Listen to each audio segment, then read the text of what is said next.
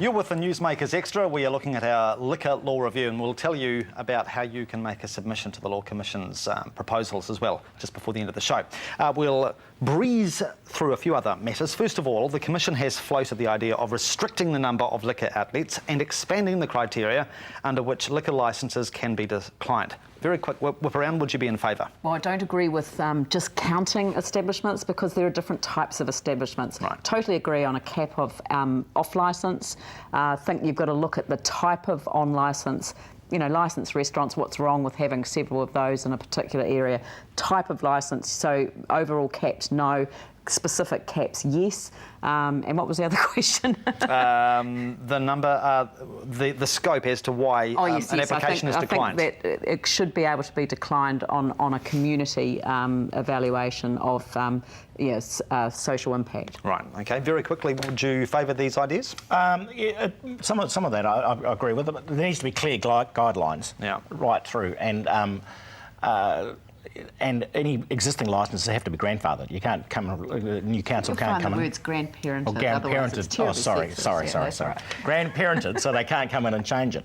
We actually have been pushing for a moratorium on licences, for Hands has. But I can understand what Leanne's saying, that if, restaurants and things like that. But if for proper on-licence bars and we've got enough in New Zealand. Sure. Obviously, the 24/7 convenience store model comes to mind here. Should they lose their licences? Full stop. I'd just like to go back to the other question. I think the issue in terms of licensing is to do with cumulative effect, because up till now people can have a licence as of right if they fit into the criteria. But the point is, to the public and to the people of the city, it's how it all works together. So that cumulative effect is really important. What about the 24/7 convenience stores? They're being knocked out anyway. The Liquor Licensing Authority realised that they'd actually made a poor decision and granted original licences. They won't be renewed. Okay. Now, drink driving, it's not a central prong to the Law Commission's review, but it is being covered, of course, in the draft road safety strategy. The police are very passionate about lowering the blood alcohol limit from 0.8 to 0.5. The AA, interestingly, are not convinced of the merits, and they've been slammed for that by the police. Very quickly, would you do it? Well, again, I personally think it's wrong to include it in a different consultation. I was shocked that when that came out of the Transport Minister's office, it should have been dealt with in the context of this total package that we're dealing with the sale of liquor. I don't know. I want to see the evidence. I'm really keen on evidence, which is if it saves lives, then it's got to be considered. But if there isn't a strong correlation between that particular drinking level and the other, then no. So that's part of the problem. There's a lot of contrary evidence. No, well, you want to know what the evidence is. I actually think we should take an evidence-based approach to these changes. All right, very quickly, Peter. They're targeting the wrong people. I mean, if they bought this thing, you couldn't be able to go on the way home from work and have 2 beers. That's just ridiculous. Few, if any, New Zealanders are killed in that 0.5 to 0.8, and the risk of when it does happen is the people that are reoffending all the time. And they need to be dealt with. And the people that over 0.08, it's not the ones that are stopping for work and having a couple of beers or 3 beers on the way home. How many? That will affect it if it does. You wouldn't be able to stop and have a drink after work. Well, according to the Australian Police, and they have this threshold, they say that the average male can have 2 standard drinks in the first hour and 1 for every subsequent hour. How many drinks should a driver feel they should be able to have before their impairment is, is gone?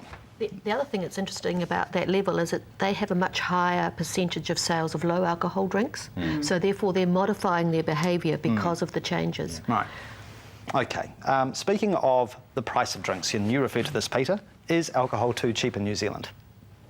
In certain circumstances, yes, it is. Where would you target the change? Well, one, I really favour the idea of removing the excise tax from low alcohol beer. Really favour that. I think you drop the price of that.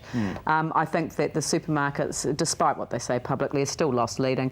They still have deep discounting, even if they don't loss lead technically, and they have so many contra deals because they're such a huge purchasing agency that they are able to bring the price down, and that has made it very cheap and reasonable. Just very quickly, Peter, take RTDs, arguably targeted at the teens. Are they too cheap? I think they are too cheap. But if it's going to be very hard to get if you either have minimum pricing. We've pushed for minimum pricing and for our advertising of any pricing on alcohol. But if you're going to have a minimum price, which we're not, we minimum alcohol unit price. Yeah. We're pretty happy with that. But it's very hard because if you start putting it on and saying a dozen beer will be $24 minimum price, what it works out to when you put the minimum pricing on. Okay. Because 5% RTD rum and cokes are the same as a 5% Stein lager. All right. It'll be the same price, which is still too cheap to me. I am going to have to leave it there. Yeah. And on the debate goes, if you want to make a submission, go to talklaw.co.nz. Thank you very much to our panel. See you again. Good night.